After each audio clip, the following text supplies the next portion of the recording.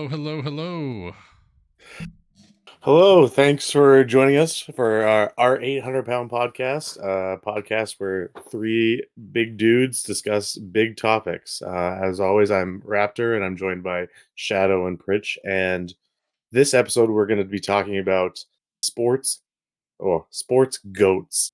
The who are the greatest of all time in Rich different is sports. cringing. It's like a Middle Eastern series of Air Bud, but it's goats. Airbud, but it's goats. Yeah, we're going to be discussing different sports, who we believe to be the goats and the greatest of all time in those sports, and have some very, very, very bad takes, probably. Mine are all correct, but you guys can have whatever. Sure. Mine definitely are not wrong. First, we're going to start off talking about something I think two of us know pretty well.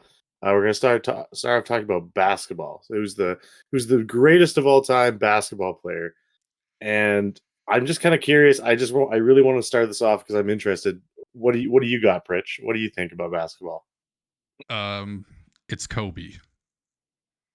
Okay. It's And Kobe. why is that? And why is that? Because look, MJ was great, but if you look at the teams that he was playing on, he had guys. He had guys all the time. And then when you look at LeBron, like he hasn't won as much as Kobe and Jordan did. And I think Kobe had that it factor like MJ did, and he's won a ton of championships. I'm also not a basketball guru. I think the last NBA game I watched was when Jermaine O'Neal went into the crowd and started fighting Piston fans. So, Yeah. Alice at the Palace, man. back when Meta World Peace was still Ron Artest. That is many years ago. Yeah. Yeah, I have opinions. Kobe's good. I mean, there's three guys. There's three Yeah, guys. There's three guys. And it would be really cool if we all leaned those three different ways. I'm interested to see what Shadow says, but I don't know. Kobe is very good. Yeah, And I'll give him it. And I'm in terms of duos, I'd put that Kobe Shaq duo as probably the greatest of all time. It was so good. Yeah, it was so good, but like Kobe was playing with probably the most dominant player in the league aside from Kobe. I mean, at that time, Shaq was like a freaking freak back then. So it's not like he was playing with fucking nobody at all. Like that dude was 7 feet and could move like, somebody half that size probably. Yeah. He was so quick and so big, and he just was so dominant that I saying Kobe wasn't. I mean, his whole entire team was pretty freaking good. Okay. For all those So who's your goat? Okay, it's obvious for me, and I'm gonna give you reasons why, and I'm gonna give my proof. All right, for me, it's always gonna be Michael Jordan. I'll tell you why. I bet you in the championship eras of Michael Jordan, most people couldn't even, besides Jordan and Scottie Pippen, could not name the other starting 3 players on their team. We've had great ones, including Judd Bushler. Their starting center was Luke Longley. How many of these guys do people even know? So besides having Scottie Pippen, who was mostly there for defense at the time, he wasn't even a humongous offensive guy. Jordan had B.J. Armstrong. He had Ronnie Brown. He didn't have the great players that people think that he had. Nobody else on his team besides Scottie Pippen were all-stars. Well, at all. I don't think they ever had an all-star besides Scottie Pippen. I don't know. What do you think, Raptor? Okay, so to add to the Kobe debate, here I was just curious because I just couldn't remember. Lakers acquired Gary Payton and Karl Malone in the offseason, giving them team 2 more Hall of Famers to play alongside Shaq and Kobe in what is considered by many to be the greatest starting lineup in NBA history. How many years was that? That was 2 years, I think. Okay. It says 2020. It says 2002 to 2004. Kobe is yes. How many rings does he have? How many rings did he Not have? as many as Jordan. He had a three-peat, He has and 5. then 2000, yeah, 2001, 2002. Is that the time or that team you were talking about? Yeah, Okay, I mean yeah. It that's was a a dynasty at that point. yeah. yeah. I mean, he had the great thing about, but this is the good thing about teams is like that team was just at the time was like a freaking dynasty team. Do I believe that that team would do as good now? I don't know because I mean, but the to me the greatest thing about Jordan was that he always elevated his players to be much better. He didn't Yeah. need the all stars because the great thing about him, not even to mention his championships, scoring titles, he was all defensive ever like how many years. Not to mention that, but the players that would be pretty much like mediocre or non-existent on other teams were elevated to players that actually did good in the league because he made them better, and that's Hmm. why I believe it. You And know, it's like, yeah, well, I was going to say Jordan did have Dennis Rodman for a brief moment of time. He was a menace in the paint, and he could Yeah, rebound like anybody. Like but at that point he was just a role player, though. He wasn't the Dennis Rodman that he was back playing for the Detroit Pistons. He was basically there to rebound and which play he some did. defense, and that's it. Like he did not score. I mean, he had. I bet you he probably averaged. I definitely averaged less than 10 points a game at his time with the Bulls. I mean, he was just another role player at that time. He wasn't a superstar anymore. He wasn't a big name player anymore. His job literally was to rebound, and he did his job well. Just like their starter Steve Kerr at the time. His job was to go in and shoot 3-pointers. That was his yeah. only job. Like Yeah. these are the players that he had were role players that he made better. And the great thing about him was that everybody was willing to play their part too. He was lucky enough to play on a team with role players that were willing to take a backseat to him, which also very much helped him. So uh, I think he was good because he not only was a amazing player, but he just made his team better. Because I feel like with other big name players, I don't think those role players would have been nearly as good. Because I mean, you look at the players today, even the Kevin Durant's, the Steph Curry's, and all them. I feel like watching them nowadays that they're really more towards like a lot of them are more towards making themselves look good, scoring 35, 40 points a game. A lot more shooters too. I feel like Yeah, most teams have 4 guys that can shoot now. Some 5. and they aren't necessarily interested in taking a back or willing to take a back seat or willing to like pass the ball off when it needed to. I mean, uh, the Michael Jordan one where freaking he passed the ball off to Steve Kerr to win the game.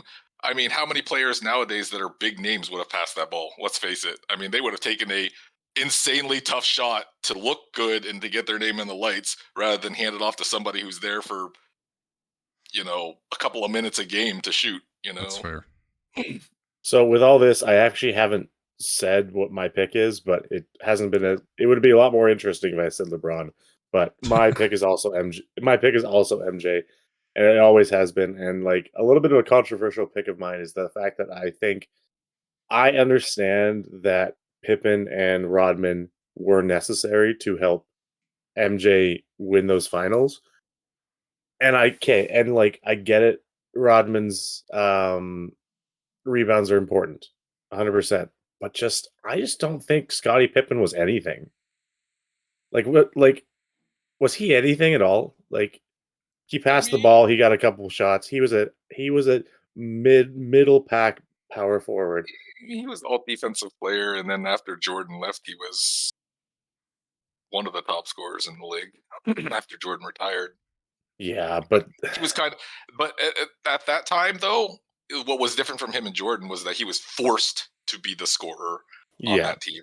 Like he had to score, or else they weren't going to win. Because you're right, Pippen was definitely not good enough to do what Jordan did and elevate his team to be champions. Stuff like that. and So the thing is too, as as every single year, every single new year of the NBA, scoring is what's the best way to say this? Scoring is There is no defense anymore. it's bigger. I was gonna say, like, after Jordan left after 10 years, yeah, I'm sure Scottie Pippen was one of the best scorers in the league, but like, because I like the debate of people saying like, oh, MJ played against plumbers or whatever. Well, like, LeBron is No. playing against little boys right now. We're gonna circle back to that for another sport, so we'll hold that topic. Okay. But I mean, yeah, the thing was, again, with my personal opinion, I absolutely hate LeBron. I hate LeBron so much, but I can still objectively admit that he is one of the greatest of all time in basketball. However, I think my list is firmly MJ, Kobe, LeBron, and a lot of people. Yeah. Well, I think so. There's two factors. Number one, when MJ played, I would say that was arguably the most physical that the NBA has ever been. It was a very physical game, and Kobe was there too. I think the game was a little more physical when MJ was playing, and Kobe and MJ have some little bit of overlap. I think MJ is like on the Wizards or whatever, but today's game is so soft, and I mean you could say that about a lot of sports, like 100%. But I do think if you put LeBron one-on-one against Kobe or MJ, I do think LeBron wins. But I mean, that's always been LeBron's criticism, is he's kind of all him, and yeah, but think about it. Like you just said, okay, Jordan did what he did in an era where they were allowed to basically knock him to the floor whenever they wanted to. Well, that's what I'm saying. Today, in a game where they can barely touch Jordan without getting called for a foul or anything like that, not only did he do it in his era, but if he had the freedom to get more room, more times to the free throw line, all of that stuff, because the game is so soft today, I think that he would dominate, honestly, because I mean, he did all of that in a much harder era, and now the game is, I mean, look at the points, for goodness sakes. We're scoring I'm seeing regularly 130 plus points right now. No one plays defense. Exactly. Every single year they set a new record for most points scored in a game. Like, and can you imagine Jordan now with nobody plays defense? He might average 50 points a game, for God's sakes. Honestly. Yeah, like, if you're going to play that physical, and the idea of LeBron one-on-one beating them, yes, I believe so. I don't know if he beats Kobe. Pure athleticism. I don't know if LeBron. I think genuinely Kobe is the best all-around athlete, and I think the LeBron is maybe this. I don't want to say this, but maybe the best basketball player. But I think MJ just everything. Yeah. The rings, the team. Because the thing too is LeBron had one of his 4 rings given. Sure, great. One of the rings was with nobodies. I can't name anybody on that team. But he's the Cavaliers that year. But then he goes to the Cavaliers. Heat. And then there's the Heat, and then it's him, and then there's the Lakers. Like, LeBron has only ever played with and also brought with him superstars. And you just until you find this weird guy with colored hair at a strip club and say I need this guy for 20 rebounds a game, and nobody knows him, like, until you do that, like, LeBron's just a really good basketball player who's Also, side note, if LeBron wasn't still playing, if he retired at a normal age like the other guys, I think people wouldn't say he's the GOAT. I mean, it's still impressive, the fact that he's still playing. But I mean, you know what the funny thing is about this argument is that there is, I've looked up so many times, and I've looked up at like analysts and all that kind of stuff, and honestly, they wouldn't even put these 3 as the GOAT. I mean, they're always going to put, and I'm sure there's a lot of people that will put Wilt at the very top of the list. But to me, to me, the reason that man scored 100 points in a game is because he was the big man. There was nobody else to compete with him. There was no 7-footers on every single team. He played against people fucking half his size. Yeah, I mean, as great as he was, he would never come close to scoring 100 points in a game now. There are too many just absolutely athletic, like dominant people that would just shove him around. I'm sorry. Like he played. He is one of them that because of his era that he was the dominant one because there was nobody to compete against him. You literally cannot compare the eras. That was not even the same time. Like there were actual plumbers during the day that were playing back then. I mean, this is going to come up for every sport, to be honest. 100%. But I think that one is the most. To me, I feel like that one is the most because like it was just proven. Like how many players could anybody even name? I mean, most of the older players, you can probably at least name another player there. I probably honestly couldn't name another player in the era that Will Chamberlain played that was like amazing. We lost Raptor. We lost Raptor. We're going to carry on. Raptor was ticked at that conversation. R.I.P. Raptor. Yeah, I mean, it's tough. It's tough. I'm here. It's fine. We have no video from you anymore. I know. I'm coming back. Okay. Yeah, I just don't think that you can just put them in the same category. I mean, Wilt today, I think would do fine. Don't get me wrong. I think he would be just your everyday mid big man, though. I don't think he would be. So like how much, in today's game and, the last couple decades, teams have big men, but like how much of a difference does a true big man do these days? Like since Shaq, has anyone really been even close to that dominant?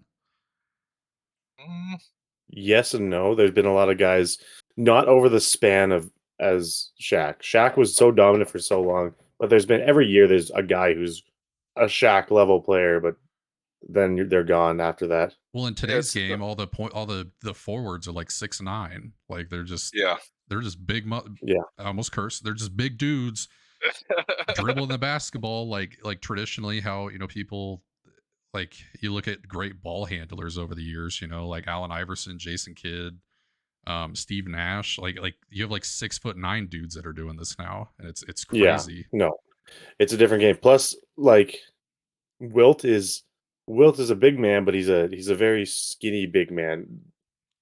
Centers now are heavier than I am, and they have 6-packs. They're heavier than Pritch, and they're not physical. They're not physical. No.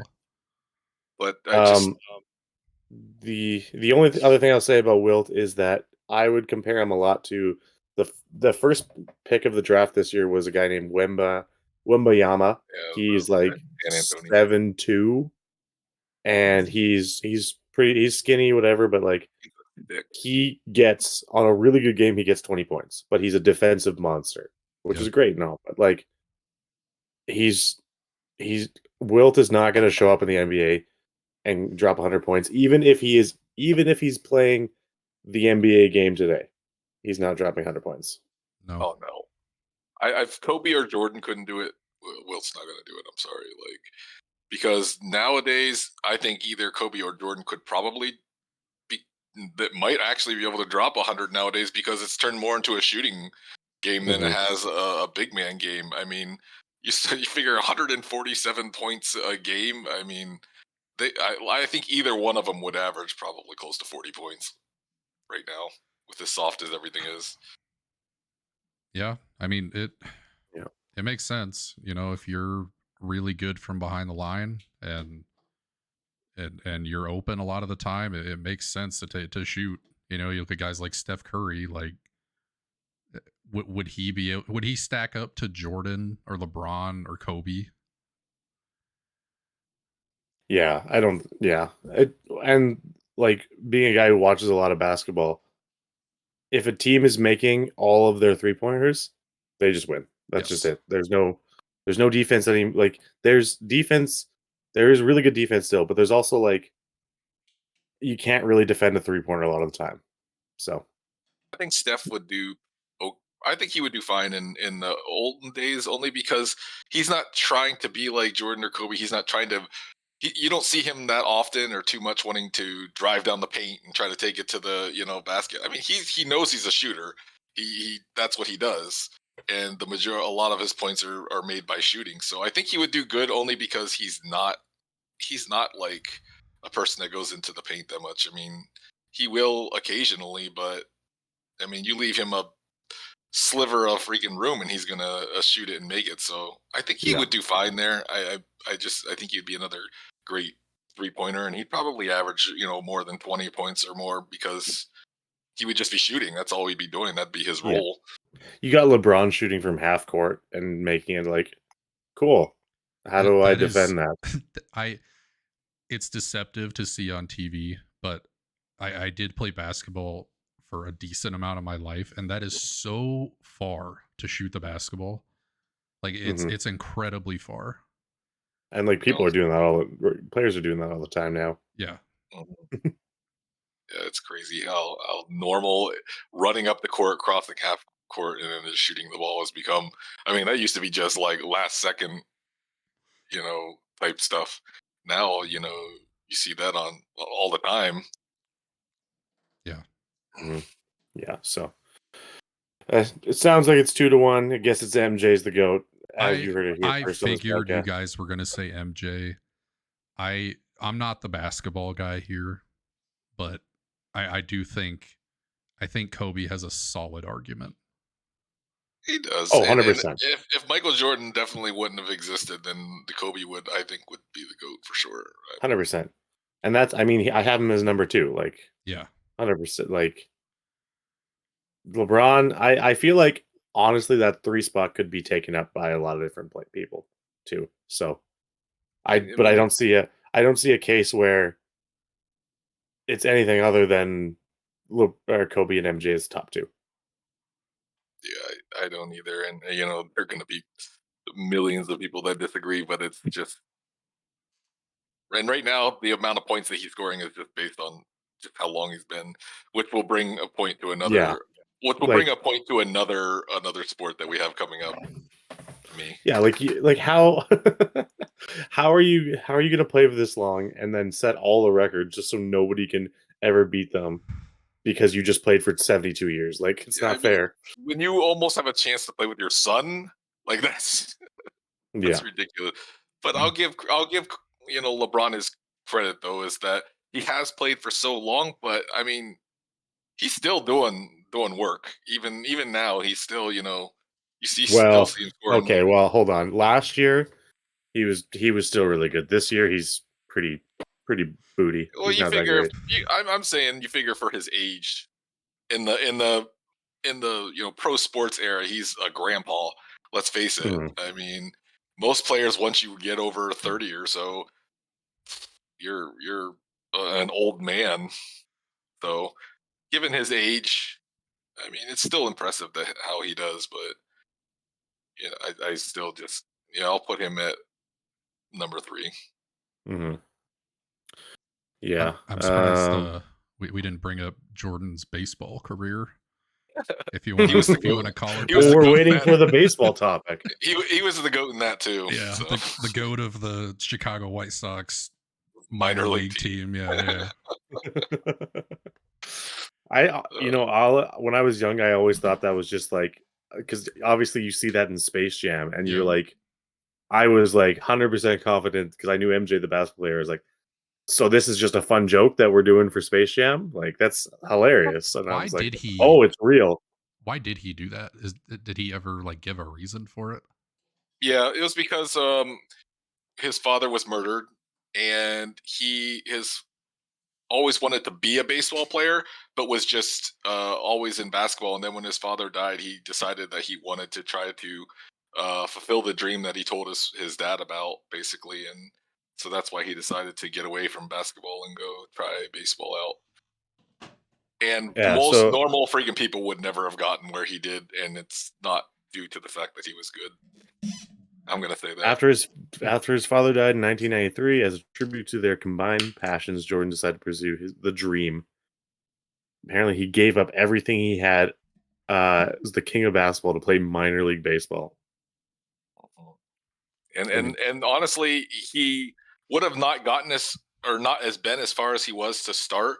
The White Sox had said the only reason that he started, I think, at AA is what he started at, was because their single A club wasn't able to hold all of the fans and media. Yeah, it's to put asses in the seat. It's the same thing like when Tebow was playing for the Mets minor league team. They just So at that level, they just want to put asses in the seats because minor league players don't make that much money. They don't have attendance. Like, it's smart. So It's literally, smart. it was literally just for that reason, not because he was a great baseball player. I mean, Yeah. most people, honestly, at what he did, most people wouldn't even get an invitation to the team, let alone start in AA. I mean, they'd be lucky to get somebody that has not played baseball since like high school automatically gets thrown up and accepted into the AA or even the team in general. I mean, if that wasn't for Chicago, at least wise, if that wasn't a publicity stunt, then I don't know what it would be. For him, it was a boyhood dream that he wanted to do it for his father. For them, it was about making money and putting fans in the stands. That's what it was about.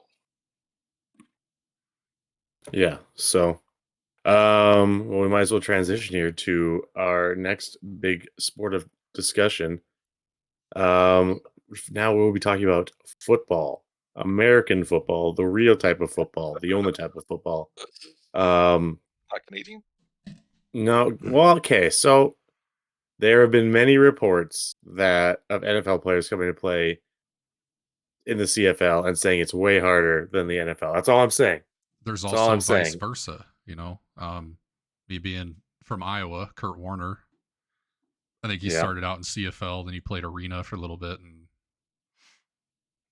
I mean, that's because it is harder because you guys only have 3 freaking downs, for God's Yeah, you don't even that's play with the 4. You don't even play with 4 downs. They're we gonna have say 3 shit. downs. I have 3 downs too in my university football, and I'm telling you right now, trust me, all of us hate it.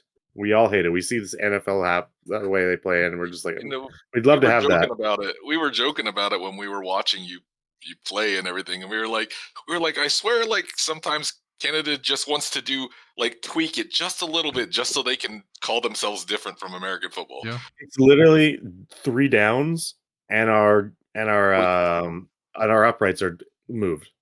Well, your Like- point system is different too, isn't it's it? like Isn't it like 1 point or 3 points or something, 2 points or something like that for a field goal? Or what is how much you get for? What do you mean? It's just NFL. It's just what do No, you I could mean? have swore A that touchdown? I was told that you didn't get A touchdown 6, and a point after is 1. A field goal is 3. I could have sworn I said it was something different. Why would you Because I was listen to looking at Miz? your score. I was looking at your score, and it just, I don't know why it looked weird. I'm pretty sure that game they got one of us got a safety. That's why. Anyways, that just makes me think of the the Canadian one-off thing. It makes me think of South Park and they have the square wheels on all the cars, just to be a little different. I didn't know that you guys only had 3 downs in Canadian football. Yeah, we played literally the exact same game, but we have 3 downs. I don't really understand. But we have an extra player on the field. So instead of 11, we have 12. So you literally have the 12th man. We have the 12th man. Dude, I don't know. You guys, did nobody think it was like kind of dangerous to have your uprights where they are though? That's like, how many people have ever run into the Are they uprights? in the end zone? Yeah, they are. Aren't they at the front or something like that, or close? To Yeah, they're like they're like a foot away from the goal line. I mean, they do that in rugby, don't they? They don't really throw the ball or anything like that, though, do they? Yeah, rugby can be a little different. It can be like that, but I don't know. Whatever. It's NFL. NFL goats. I want to hear Shadow's bad takes. Right here. Like, look. Okay. It says how many points are scored. It says you get 1 point by kicking a field goal on a scrimmage play initially scrimmaged on the 25-yard line. What? 2 points by scoring a touchdown by means of ball carrying or pass play initially scrimmaged from either the 3-yard line. This is how points are scored in Canadian football. Is what it says on this thing. That's what I was. I don't know, man. We kick a field goal, we get 3. We score a touchdown and get a point after, we get 7. I don't like that's like that's the same thing. What? Is it Canadian pro football or something? I don't know. That's what it comes up as for it is Canadian football. I don't know. Shadow, what are your NFL? Who are your NFL goats? They can be different players. They can be one player overall.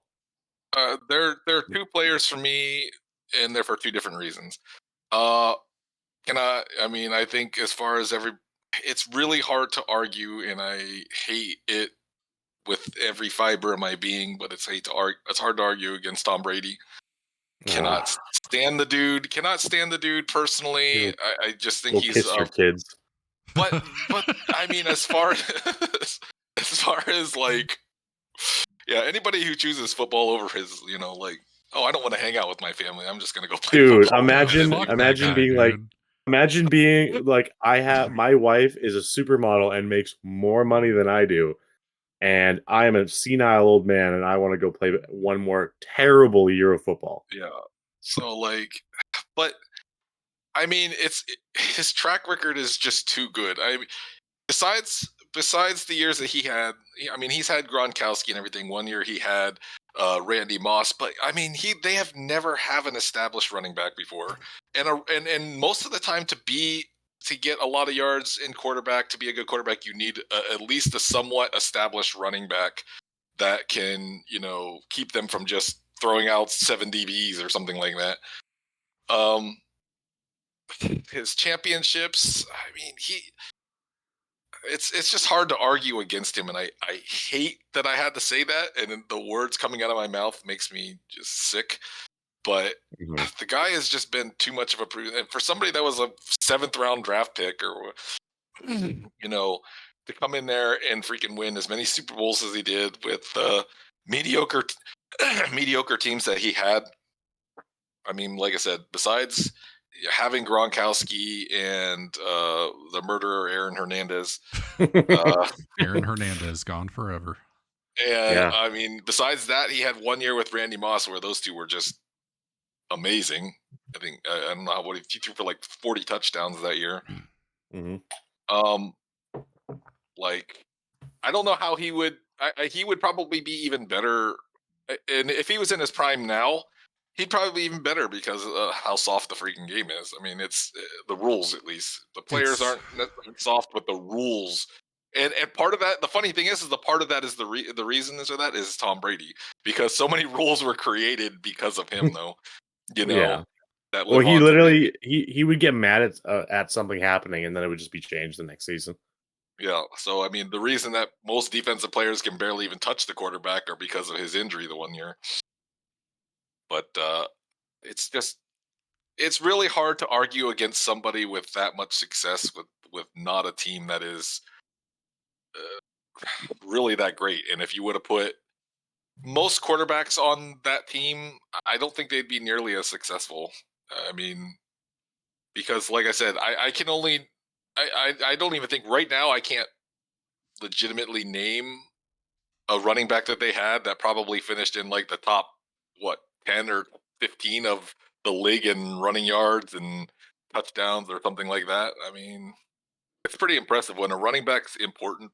Well, it was back then important to establish a running game of some sort, just so you can use the play action, so you can do all that stuff to keep from being them just having everybody, all their DBs out there.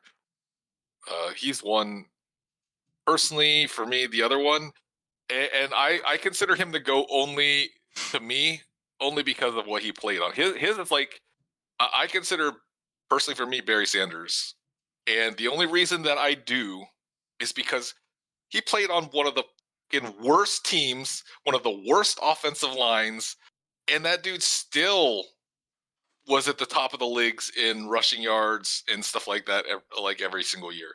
I mean, being a lifelong Detroit fan, that team has been awful for so long. They've had easily one of the worst offensive lines, and had he not retired early for both injury and just the Detroit franchise being douchebags about things.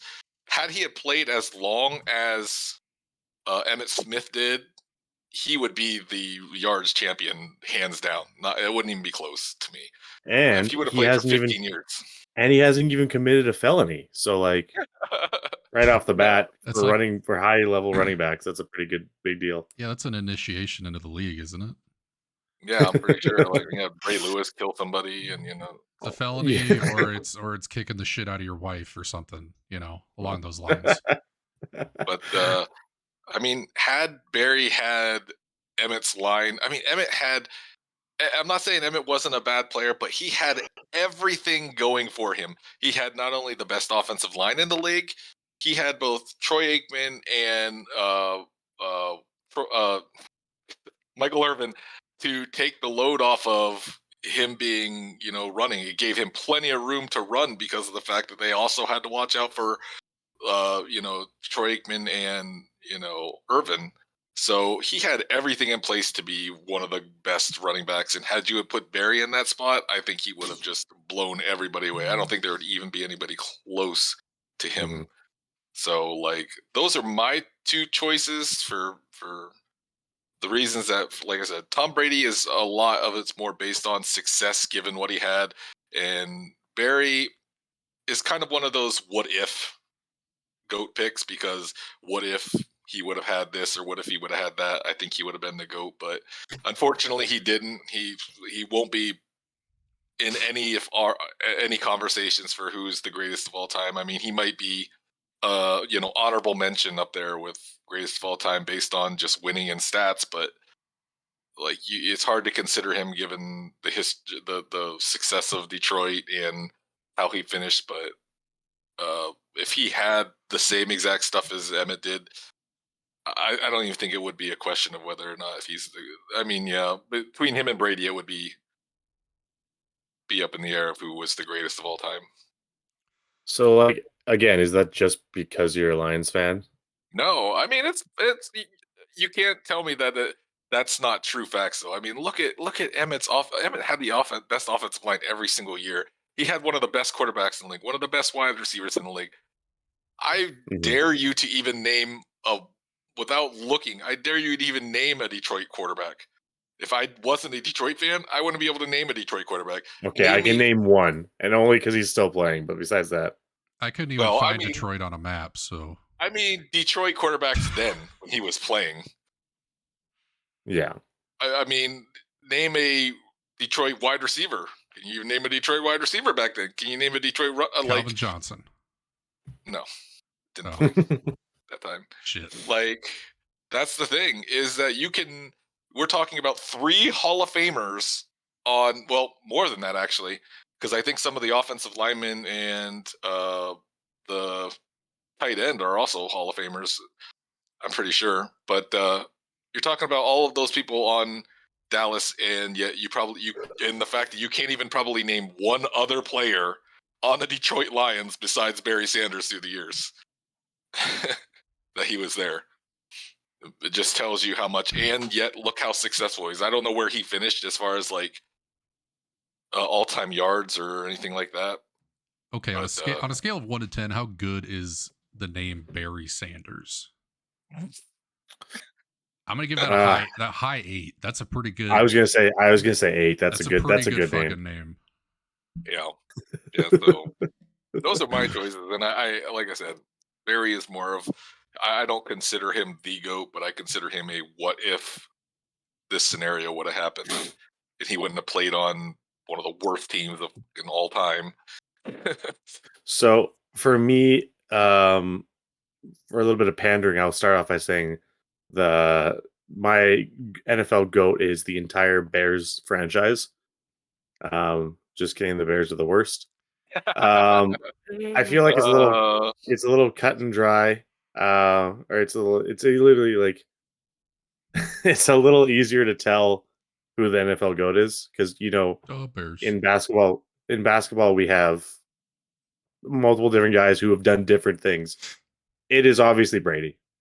It's obviously Brady, and I despise that man. I cannot stand Brady, and I'll never like the Patriots because of him. even though he's not on them and also retired. I'll never like the Patriots. Well, him and Bill Belichick. I don't like Bill Belichick either. I despise them because of Belichick. As a former Rams fan, when they were in St. Louis, spying on practices and they're a dirty team. They are. Belichick needs to go right now, and I'm so glad that they're barely putting up one touchdown a game. I love it. It makes me so happy. Don't they have I Zeke feel bad as an RB this year? Yeah, they have Zeke. He's now their starter from injury, so he is a shell of what he was in Dallas, though. Like 100%. He's not even like I wouldn't even consider him in the. I don't even know. Like their starter went down. Their starter went down last week, so he took all of the rest of the snaps, and he got like 37 yards. I can't stand Brady or the Dallas Cowboys, but that's another question, another topic. Those notifications. For me, based off kind of running back, if we're going with the trend the shadow started, who's the MVP every year? It's a shadow already knows where I'm going with this. Who's the MVP every year? It's always a quarterback because quarterbacks do the most on the field, and it's kind of hard to not give MVP to a quarterback unless you were to have an absolute stud all-star of a running back. And in that case, my running back GOAT is Adrian Peterson, because you can't just have that crazy of a career, get an MVP as a running back and not be some sort of GOAT. But Barry Sanders is cool enough. Can you be the GOAT? Mm-hmm. I look, again, not a football guy. I don't like, how many years was Adrian Peterson really playing? Okay, like 3. It's hard for me to give that status to someone that has played that little amount of time. But I guess I can kind of understand. Technically 15-year career, but I think he was only good for maybe 5 of those. When he played for Vikings, he also tore his ACL and then just like had the best season of his life. He also was he domestic abuse or was that child abuse? It was one of the two.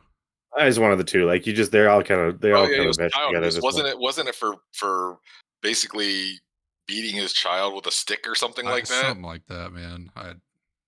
Probably, but I mean, we're not talking about the domestic abuse GOAT. We're talking about the NFL GOAT.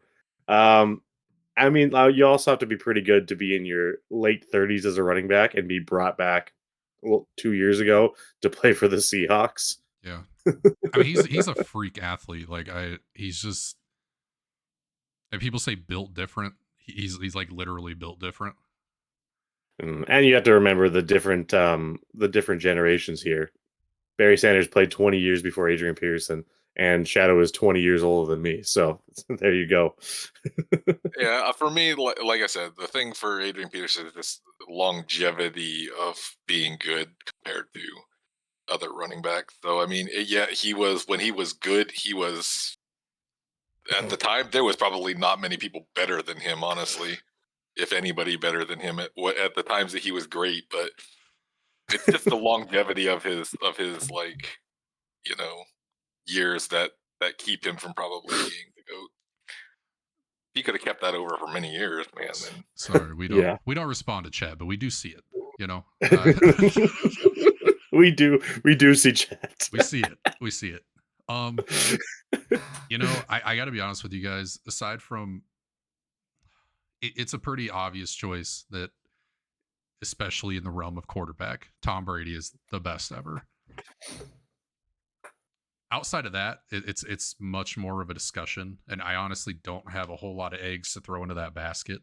But I am curious from you guys, what is the best team of all time? Oh, Dallas Cowboys. Easily. What? I think the Dallas. You mean overall team or the best 1 year that the team was? It could be 1 year. It could be a dynasty. Because for me, I think back to the Rams, greatest show on turf.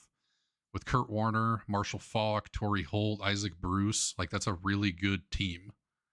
I mean, dynasty, you're still going to probably have to go with the Patriots. I mean, they were still. I mean, those years of the Patriots, but I mean, like I said, the Dallas Cowboys were pretty freaking amazing back in the day.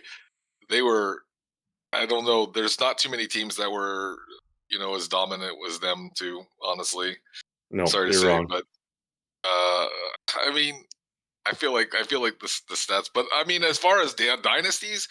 Like again, it's hard to argue with the Patriots, man. They've won how many Super Bowl championships, and you can say it's because of Tom Brady, and it is. But as a team, they're still how many championships did they win? Like in his time there, like 6. I don't know how many it was. You're forgetting the greatest stretch of an NFL team of all time, and also one of my favorites / one of the greatest NFL teams of all time. The Jerry Rice, Joe Montana 49ers. That's a Joe Montana. That's the best team, and that's of course my opinion. But like for me, that is the best team. Although I don't actually know who was their running back. Did he have a domestic abuse case?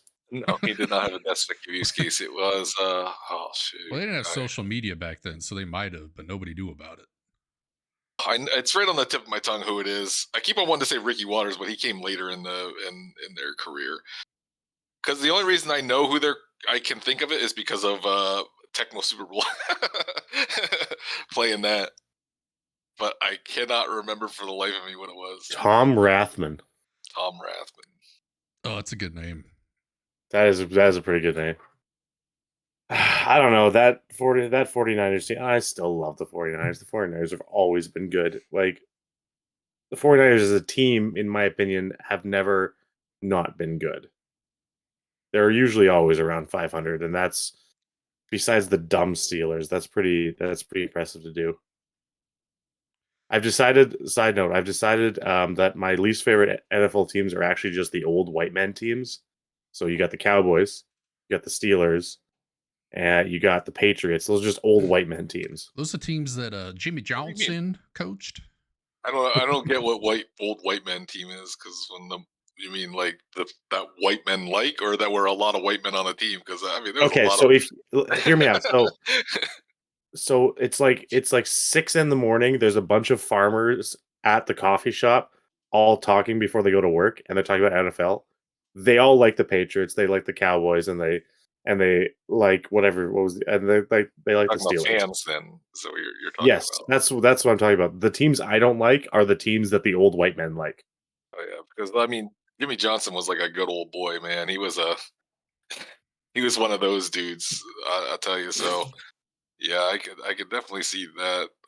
God, I can't stand to listen to any of those guys. Like the not really broadcasters, color analysts. Is that what you'd call them now? Like Jimmy Johnson and Howie and I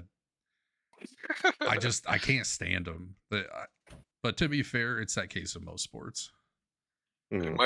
My favorite football, maybe not NFL broadcast. Well, actually, no, I think he is in the NFL broadcasting now. Is Kirk Herbstreit though for me? I think that guy has always been, to me. I know it's not a GOAT subject, but he's the GOAT of broadcasting for me. Okay, we'll put it that, because he has always stayed biased. Almost every broadcaster, like for instance Lou Holtz. All right. I know, Prichard. No, that's but like Lou Holtz. It doesn't matter if Lou Holtz is if the Irish were going up against an NFL team. He will always pick Notre Dame. He will always have that biased opinion. Yeah. I mean, Kirk Herbstreit was a starter for the Ohio State, but he will say just as many bad things. He will choose against Ohio State if it shows. He's been the most unbiased broadcaster that I've ever seen for somebody that has either coached or played on a football team before. So that's why I like him. I can't get over Lou Holtz's lisp. Oh God. Lou Holtz, not only that, just his God. He is by far the second most annoying broadcaster of all time, behind Mark May. I love Mark, man. What are you talking about? Oh my god, I hate that man. I hate that he's right up there with Tom Brady. Ooh, Yeah. I got something to ask both of you, but after that, before that, I want to talk about football's kind of evolved where I don't know if they really call it targeting in the NFL, but I know in college, you get flagged for targeting and removed from the game and whatever suspension. Well, now you have guys that are wrapping up around the knees and rolling over, and I feel like more people are getting hurt because of that. Like I understand Yeah. the whole targeting thing is to prevent concussions, right?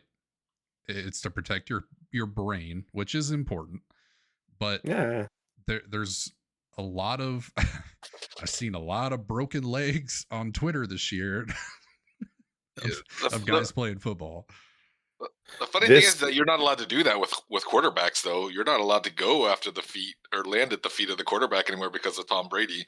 They created that rule. It's like even if you're tripped into the feet of the quarterback, it's a 15-yard penalty for like roughing the this passer or something like this that. has been one of the worst years for injuries in a very long time. Yeah. And like everything's happening. The teams are like Raptor would stadiums are know. the Oh Said yeah, you I would know. know because of your fantasy. No, teams, yeah, no, dude. Teams are like, oh yeah, no. The new high tech option is to do artificial turf, and then all the players are like, please don't do artificial turf. We're all tearing our ACLs just standing on it, non-contact. They're like, but artificial turf is the way of the future. But like So like, turf has been around for a very long time. Why is that all of a sudden an issue that because everyone's talking about? it's brand new stuff. It's not like It's not made. It's made nowadays different. nowadays they're just doing this weird. There's different types of turf field, and like they're all doing this one of three. Like there's three different types. They're all doing this one, and people are just tearing ACLs running. And yeah, you can't touch the quarterback anymore. But then again, this has also been the worst year in a very long time for quarterback injuries. Yeah. We've lost so many quarterbacks, even including the best player of all time. He got injured too, so that makes me really sad. You But can see how soft it is, though, on how it is. Because even though they may have changed that for like the rest of them, things are way too soft for quarterbacks now. Because you went like the proof is just in the stats alone. I'm sorry, I do not think that quarterbacks are built so much different that they should be throwing for 5,000 yards every season. I'm sorry, we went how many years with great quarterbacks and everything, and Dan Marino was the only one that threw for 5,000 yards. Now it's like at least one person every single year throws for 5,000 yards. And why is that? Because you can't even touch the quarterback without getting called for a penalty. Defensive players are afraid to get fined and penalized for hammering the quarterback. So it makes it so much easier. I mean, it's become a passing game.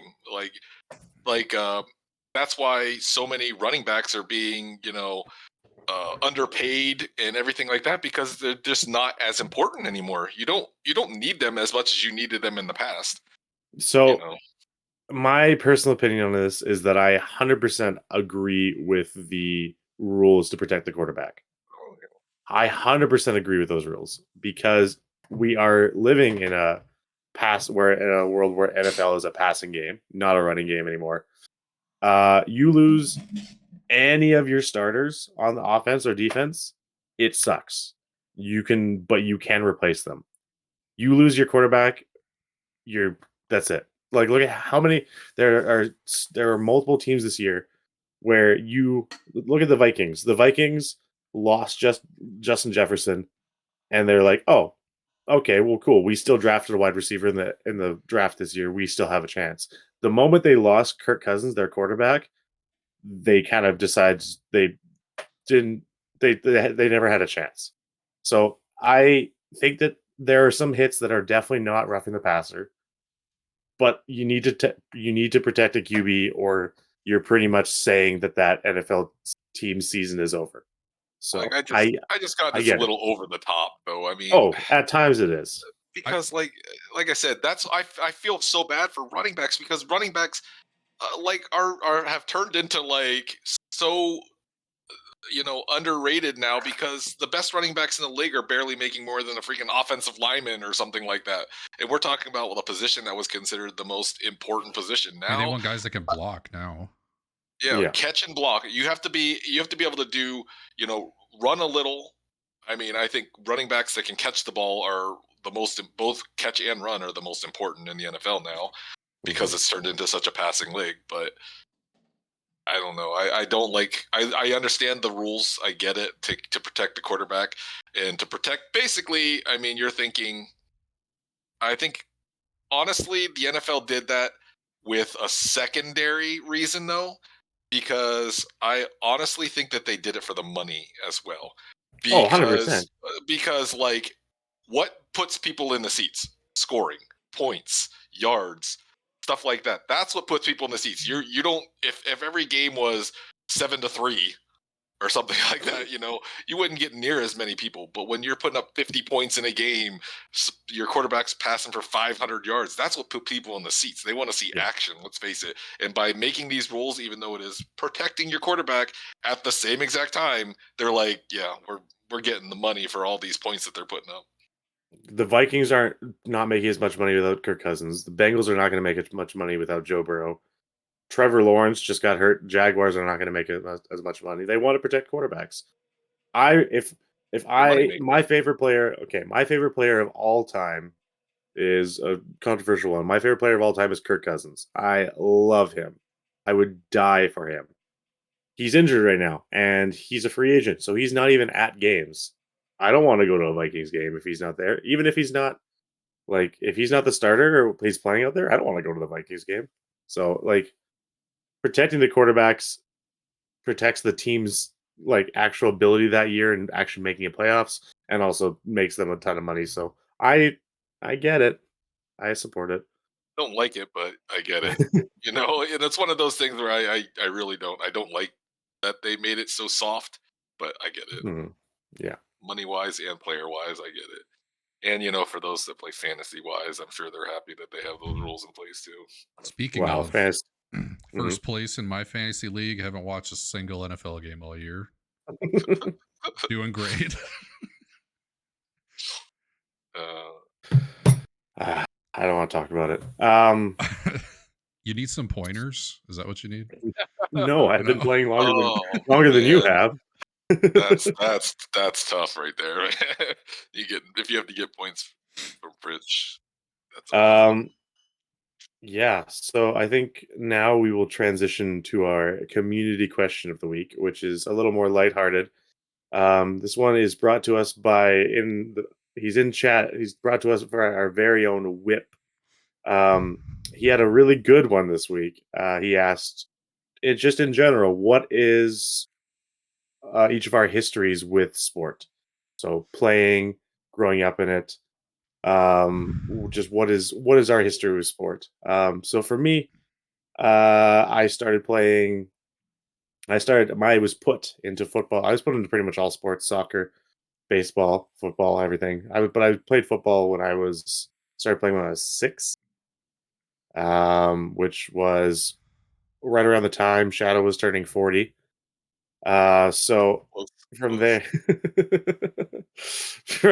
from there, I continued to play football. I played a lot of basketball and volleyball, and then I left volleyball, and had dreams of playing basketball and playing for the Toronto Raptors.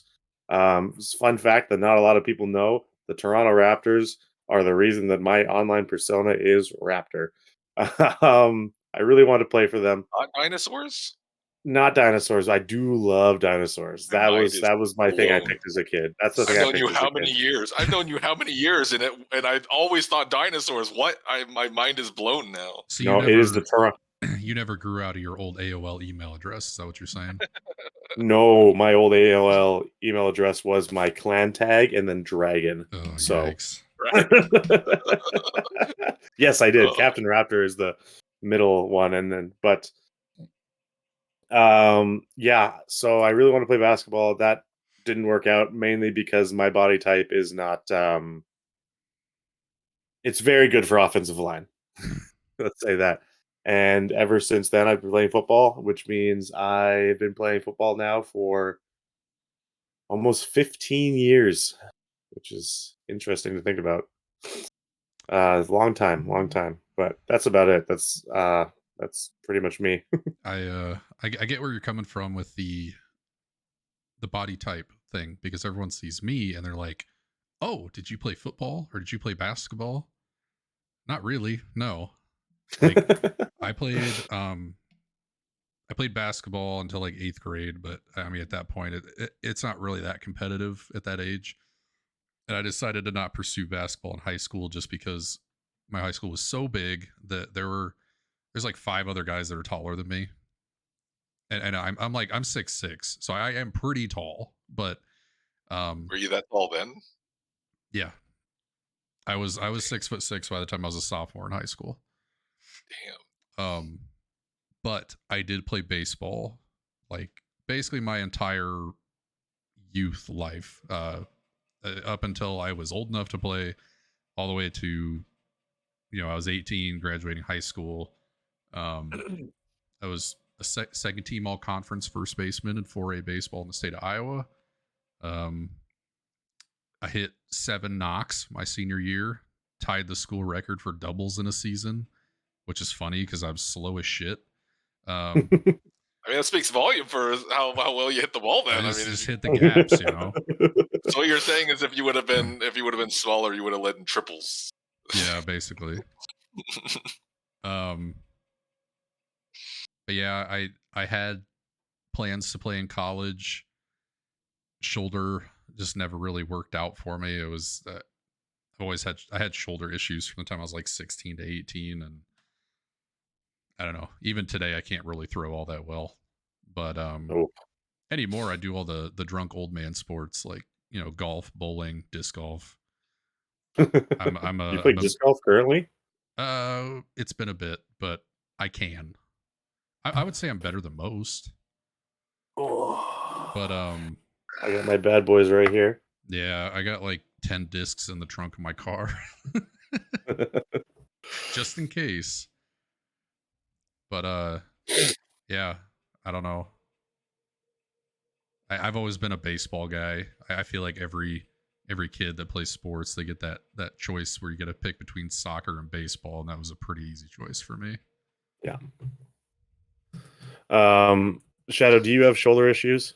Oh yeah. Oh, you yeah. do? You know what's good for that shoulder pain? If you do lick I want to know? I'm afraid to ask that question. If you lick my butthole, that's what's good for your shoulder. Oh, okay. Well, I was gonna say Triactin's really good.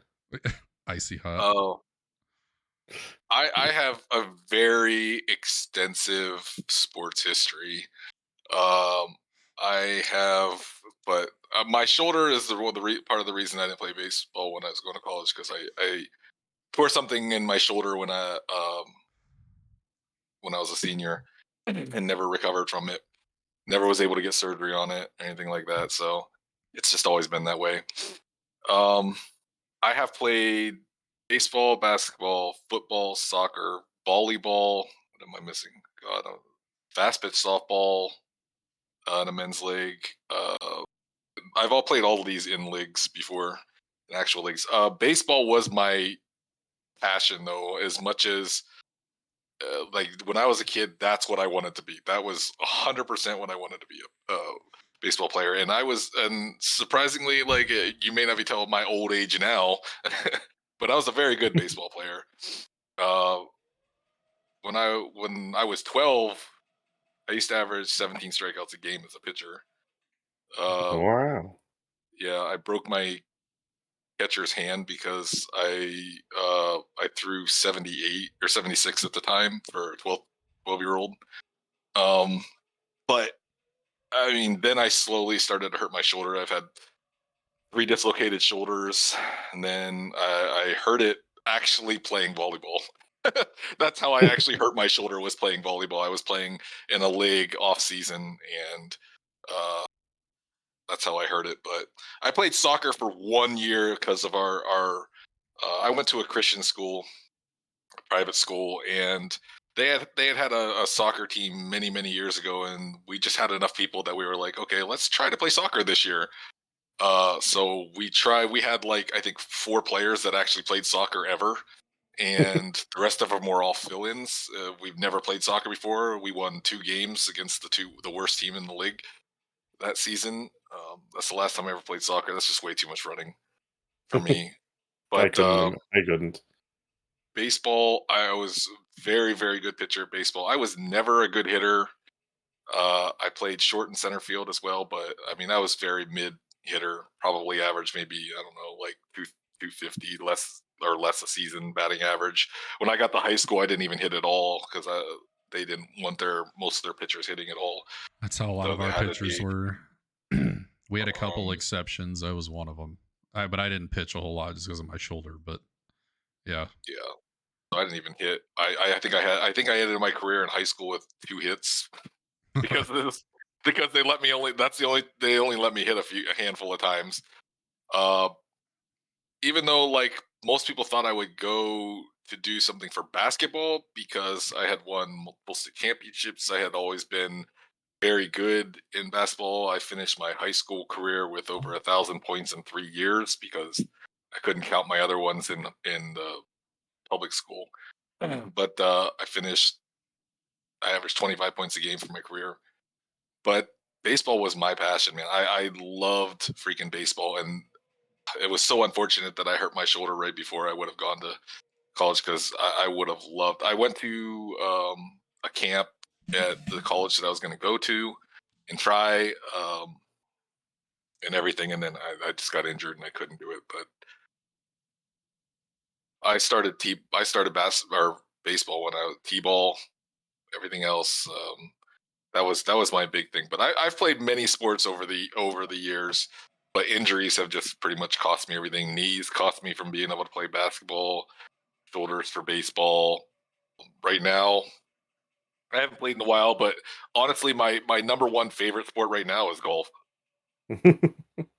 It's just so much fun because um, I feel like because it's so hard to play is why.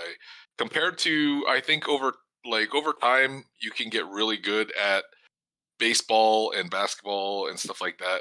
Golf is a game that you might not ever get better. You might Mhm. stay bad forever. I mean, and when because it's just a matter of how hard it is that you could be like 1 inch away from hitting a perfect shot or hitting one into the trees somewhere. So, but most of my sports revolved around baseball and basketball for my entire life. Yeah. I played both of them all the way until the end of high school and everything. So that was my It's honestly pretty funny because um, that we got a full Pritch view. hell Um, yeah, liking what I saw it's there. now that he's back, it's honestly pretty funny because all of us have shoulder issues. Like I'm going in for surgery next year because I have a almost completely torn labrum in my right shoulder, and I'm pretty sure my left shoulder has a tear in it too. mine. So, and if you sorry Shadow, if you were saying your shoulder dislocated a bunch, that's probably a torn labrum as well. Yeah, So I had three of them, 2 of them in baseball. yeah, it's probably a torn labrum, but that's okay. You my could live with it. my problem was freshman and sophomore year of high school. They still technically have little league at that age, so I was doing little league baseball, AAU baseball, which is like tournament teams, and I was doing high school baseball. Well, both little league and AAU, I was either pitching or I was catching. And that, you know what? uh Mhm. anyways, the catcher may not be throwing max effort every time, but you still throw the ball as many times as the pitcher does throughout the game because you have to throw it back to him. So you go through pitching 5-6 innings, you throw 80 to 100 pitches, and then you're behind the plate. Just it's I think that's what did it. It was just too much usage of my arm and So possibly a misdiagnosis when I initially saw a doctor back then. you were Yeah. you always loved more being the pitcher than the catcher. Is that what you're saying? Shadow, you can't go that far into it. It's just too good. It's just too obvious. I mean, Um, I will tell you, when I was behind the plate, I would pop up and explode. Just a big old explosion to second base. You always leave me That's a big satisfied and dude for a smiling. catcher, though. Like, It that's a was big. it was pretty funny. We had to buy like some of the biggest catcher's gear that you can get your hands on. Those like And, angle guards for you. and I played in a JV game. Like JV junior varsity, they don't take it serious at all. And I went to my coach. I was like, "Hey, coach, can I catch this game?" He's like, "Pritch, you got catching experience?" I'm like, "Hell yeah, dude!"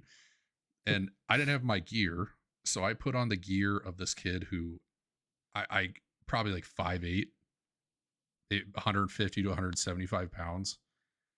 I didn't even feel like I was wearing gear. The chest protector was above my belly button. It was a brawl. Yeah. Yeah, I think they were impressed. You'd be surprised. you'd be surprised. I think now, just for time reasons, we'll transition right as we're talking about it. We're transitioning right into baseball goats. I don't have anything to say because I don't know anything, but I have other controversial takes that I will save, keep to myself for now. Go ahead, So Rich. I have You two. unleash the beast. I have two. I have a right-handed hitter goat and a left-handed hitter goat. I didn't know they were Right-handed different. one is- I Maybe wonder who the there's right-handed some. one is. Can you guess? Bulls. Yeah. So maybe some bias as a Cardinals fan, but I think Albert Pujols is the greatest right-handed hitter of all time. And I don't think we're going to see anybody come near the numbers that he put up over his career. Afterwards. He's amazing. The first 10 years of he's the only player, his first 10 years of his career, 30 home runs, 100 RBIs every season. What was that guy's name again? Albert Pujols. Didn't he average close to 300 every year too? Yes. Average it's every year? without a doubt the best 10-year string that any hitter's ever put together.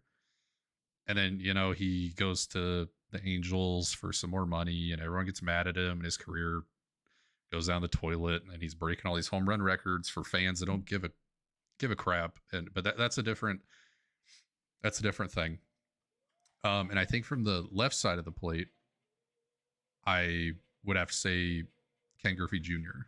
He did not. He had a shortened career because of injuries, but when you look at a guy with his defense and his swing and his ability to play baseball, like prettiest swing in the game. he was just good. I didn't even, I should have prepared a pitcher. Who's the one guy that killed the bird? That's Randy Johnson. Randy Johnson. Yeah. I like watching him. I don't know anything at all. But I like watching him just because of how good of a pitcher he is. In his time, he was very dominant. It's because he's so freaking scary. Like when somebody's, because there wasn't many 100+ mile per hour pitchers then. I mean, there isn't now, but still, when you have some freaking left-handed dude, just because I'm sorry to say, like the thing is that he wasn't. I think it was because he wasn't the most accurate pitcher. Is why, and so it was scary to roll up against that dude, knowing he could take your head off at any moment, going 102, 103 miles an hour. I think fear was all. I mean, he was a great pitcher, but fear was another reason. I mean, did you ever watch the Randy Johnson John Kruk All-Star game? Well, yes, and I was going to say, especially as a left-handed hitter, Randy Johnson. For those of you that don't know, he had a very low arm slot, like basically sidearm. So. Mm-hmm. And he's very tall. I think he's like 6'9". Yeah, he's big. So by the time he's releasing the ball, it looks like it's coming at you as a left-handed hitter. And not only did he throw hard, he had a wipeout slider and he had a very good split finger fastball. His slider was nuts. He was very good. I mean, but if you look at the modern state of baseball, there's a ton of guys that throw like he does. But yeah. You bring up fear, and then I think back of the best pitchers of all time, and like a couple of the names that come to mind are like Nolan Ryan, and then maybe if you go way back in the day, like Bob Gibson. People were scared shitless of those guys too, because they threw hard, and they weren't afraid to throw at you, and they didn't have the best control. Yeah, I mean, true. But yeah, I Pujols and Griffey Jr. Those are probably my two. For me, uh, I didn't really break mine down into hitters and pitchers, but as far as even though it might have been at the time, but I still think even if it was at the time and way back in the day, I still don't think that you can deny how good he was, and that was Hank Aaron. I still think Hank Aaron was a great baseball player, regardless of what age that he played in. I mean, it doesn't matter what pitches you're going to sit in. 700 and some home runs is still insane to do Yeah. when you're not, as long as you're not on, Well, steroids. that's the thing. He was doing performance enhancing drugs. They may not have been steroids. Yeah, I mean, you could never tell with him though. I mean, you look at freaking a lot of. I don't even know why he's on a list, but Barry Bonds is on a list of greatest of all times. Dude, that dude went from like a size 2 head to a size 10 head in like a couple of years. It seemed like he you could tell that he was on something. Yeah, but like, to be fair, there were no rules against it, and if we're bringing PED users into the conversation, there is not a better hitter ever than Barry Bonds. It's not even close. Home run hitter or hitter in general? Hitter in general. Just because he hit a lot of home runs, because when he made contact, they were going far. I mean, personally, I honestly think as far as the best hitter, I think Ichiro Suzuki was. If you're talking average, maybe. I mean, yeah, how many hits did he get every single year? I mean, I don't know. I don't think I can put Bonds on the list of best. I think there was too many really good hitters over the years. Bonds is more. He would be up there as the best home run hitters, because even though you do take performance enhancing drugs, I get that, you still have to hit the ball. I mean, and I do get that, but I don't think as far as like purely good hitters. I mean, you had Ichiro hit 3,000 hits in his career. Pete Rose hit 3,000 hits.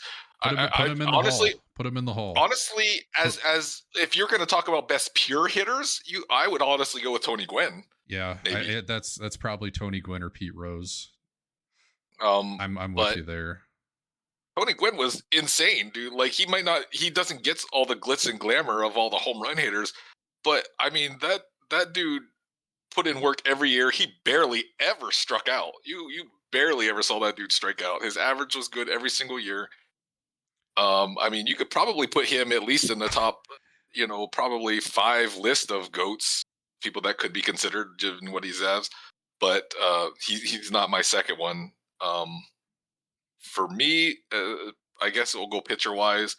One that probably is not on among many people's lists as the greatest of all time, and because I think Albert Pujols probably isn't, because so many people just love those old players. I mean, they're always going to put Babe Ruth, Mickey Mantle, all them in the head, even though I do believe that Pujols is ahead of them.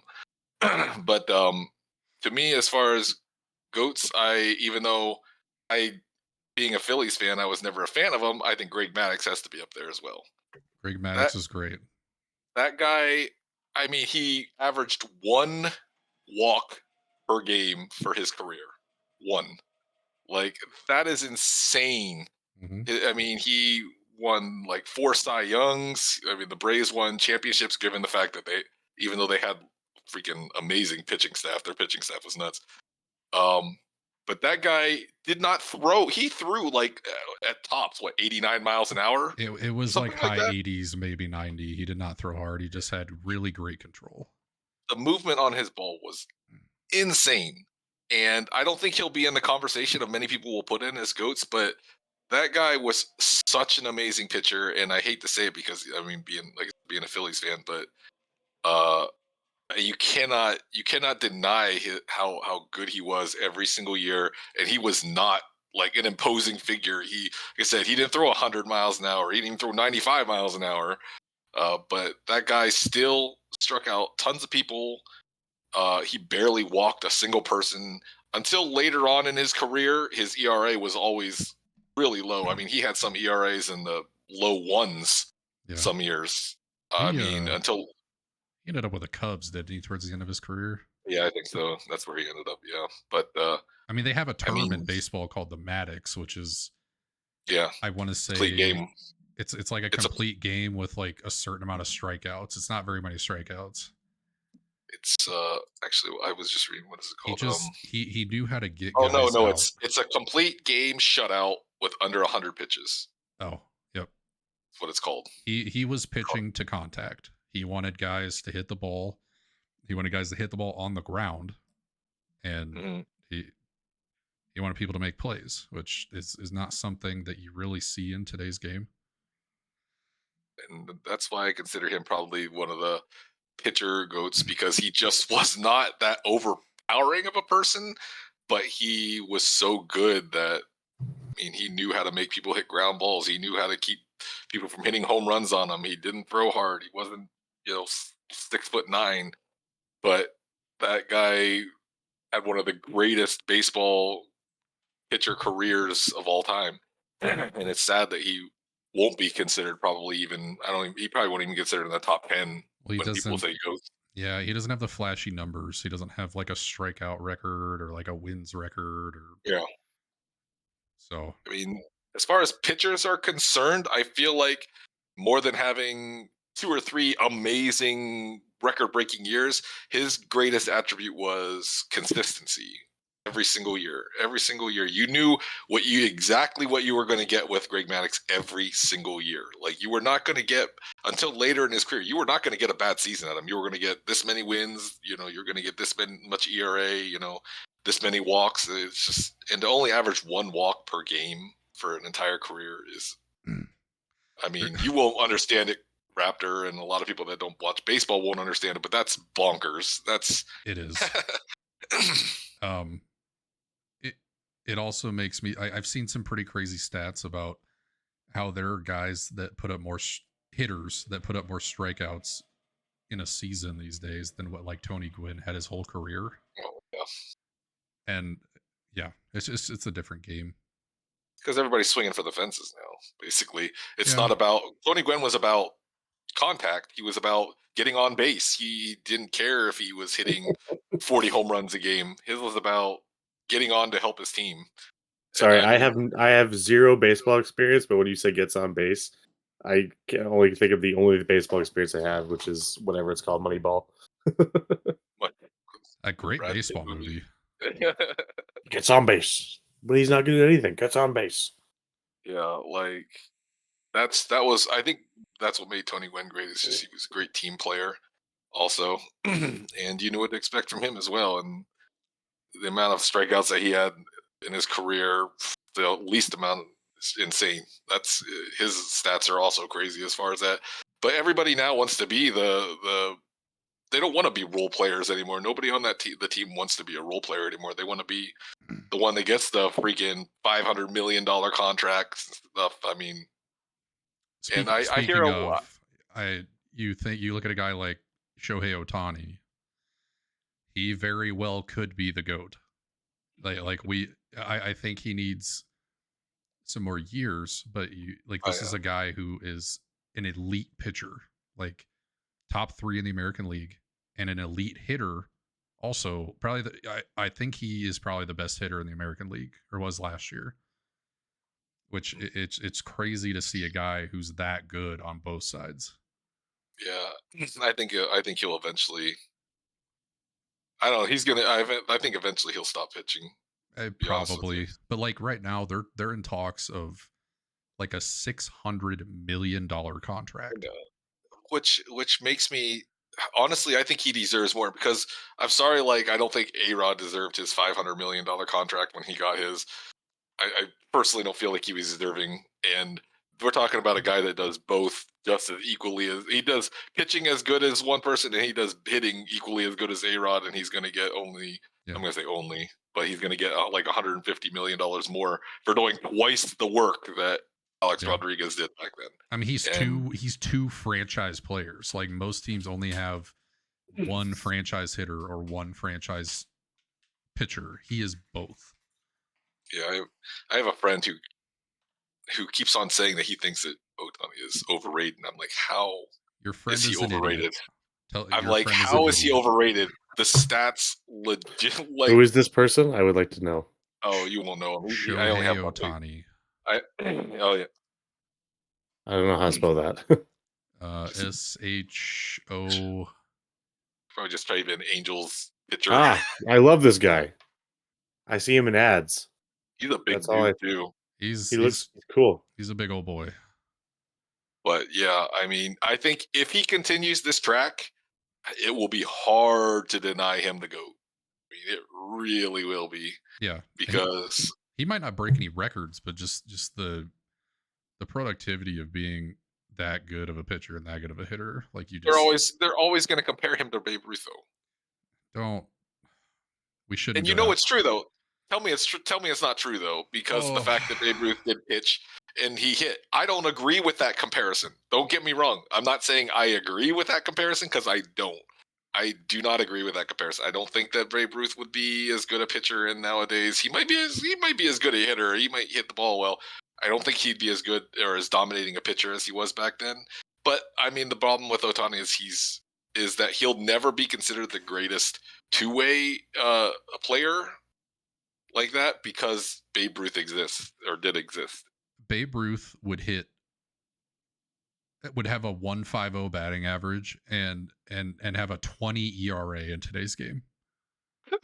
He literally, like you guys were talking about playing against plumbers, he literally played against plumbers and factory workers.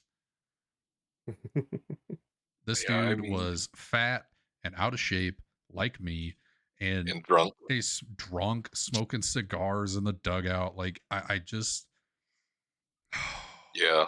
Baseball's a very historic sport, and I get it. But he would not even he'd be in single A in today's game. Yeah, I think a lot of times baseball is the one sport, to me, more than football or basketball, that I can say that I don't think the era of the time would favor many of the players, a lot, because like I said, quarterbacks from back in the day, it's a passing game now, stuff like that. Basketball players now, it's a soft league as far as fouls and stuff. Baseball has gotten tougher because the players are more athletic. They throw harder. New pitches come out, I swear. And who knows what? It's a much tougher league now than it was then. I think baseball is the one sport that if you weren't, I don't even know, if you weren't an absolute god or something like that back in the day, still don't even, if you were like Babe Ruth was back and then, I don't think you could compete in today's. It's gotten, like you said, Babe Ruth was out of shape, a freaking drunk, smokes, freaking did all that stuff. No way you could possibly do that in today's game and actually get away with being as dominant as he was back in the day. I mean, the reason they're changing today's game is because they want to see more scoring, and the reason they're not seeing more scoring is because it's pitchers are so dominant nowadays. Like every team, most of their staff is throwing upper 90s. They have nasty breaking balls. They have nasty sinkers, changeups. Like it's disgusting to watch some of these guys pitch. Mm-hmm. That's why I agree with that. I don't put him in. He's the GOAT of his time. I'll give him that. I take that for what it is, but he's the greatest probably for his time, but definitely not. He wouldn't be the greatest nowadays, and a lot of people will argue that. And almost every list that I've looked at puts him as the greatest of all time. But like I said, he's the greatest of his time. But now he wouldn't compete. So, Raptor, I understand you have a question or possibly a controversial opinion regarding baseball. So, my controversial opinion is not actually very controversial because it's not even my opinion. I've just, when I was young, I had it started when I was young. You had to go with that. When I was young, I had a really good friend, and his team was the Houston Astros. So my entire life, I've always said, I don't really watch baseball, but I like the Astros. And in recent times, I've enjoyed it even more because I get a really good reaction out of all of you people when I say that I like the Houston Astros. But that would be my controversial take, is that technically I like the Houston Astros, but not so much of a question, more so the fact that I've, in recent times, through being forced to by my friends and loved ones who actually like baseball, I have decided as a Cincinnati Bengals fan that I am now a Cincinnati Reds fan, and I don't know anything else. But I've just chosen them as my team because I like the Bengals so much. Name one player on the Reds team. I can't name a baseball player. That's sad because up until Ohtani now. I think he retired this offseason, but the Reds had like probably the best Canadian baseball player ever. Ooh, I need Joey to know now. Votto. Joey Votto. Joey Votto. Joey Yeah, Votto. that dude was good. I mean, Canadian baseball players best ever. That's not exactly a the largest feat in the world, but it's something. Yeah. Where is? Oh, he's from Toronto though, which it barely counts. So going back to your Astros thing. As a Cardinals fan, I have an issue with the Astros because for the longest time they were the scum of the NL Central. Like they were the worst team year in, year out. And then for some reason they go to the American League and all of a sudden they're just really good. They had a whole cheating scandal between the Cardinals and the Astros where I think some dude left the Astros organization and didn't change his password, and so he was able to get into the Astros like player database and see a bunch of information about their players. And the Cardinals Was got in that the trouble scandal? for that. Sign stealing. I thought that was like sign stealing and stuff. No. Oh, here. Yeah, that's what I thought it was. Well, so that was something after the fact where the Astros were sign stealing, but that was against every team, and they were doing like indicators from in the dugout. They were accused of wearing like buzzers under their jersey, and so they would have someone in the dugout that would know, like what pitch is coming or if they're going to steal or bunt or something like that, and they had indicators to be able to relay that to the players on the field, and that's why their reputation is very tarnished right now. Yeah, so I'm no longer allowed to be a fan. So, as said by multiple people, I am looking here. Tyler O'Neill is from about 5 hours from where I grew up, so that's cool. I St. don't know Louis who that Cardinals is. player. Yeah. His dad was Mr. Olympia. Wow. If you look at Tyler O'Neill, I think he's the most jacked player in Major League Baseball. The guy is massive. He's also he's also one of the fastest players in Major League Baseball. Looks like one of the dudes from Ken Griffey Jr. Baseball.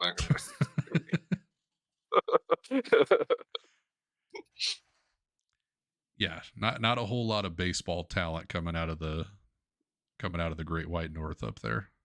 Well, I'm desperately looking for anyone close to me. Nope. Just Google all of Canada. I'm sure you can fit that in a half a page. This is my last option. Nope. They're all from Toronto. They're all from the East. Tyler's my boy. Yep, there's your favorite player. I mean, why don't Yeah, you he's now my favorite. Why don't you be a Blue Jays fan? Because we don't like our Canadian teams. Okay. I mean, But you're a Raptors fan. Besides the Raptors, all of Canada likes the Raptors, but like Canadians don't like the Vancouver Canucks. We don't like the Toronto, our CFL team. Like CFL teams, I guess. I mean, it's cool and all, but it's just, I don't know. It's But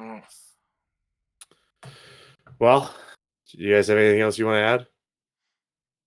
No, I don't think so. Good. I was expecting to be more upset about Shadow's baseball opinions, but I'm not that upset about him. So, oh, look at that.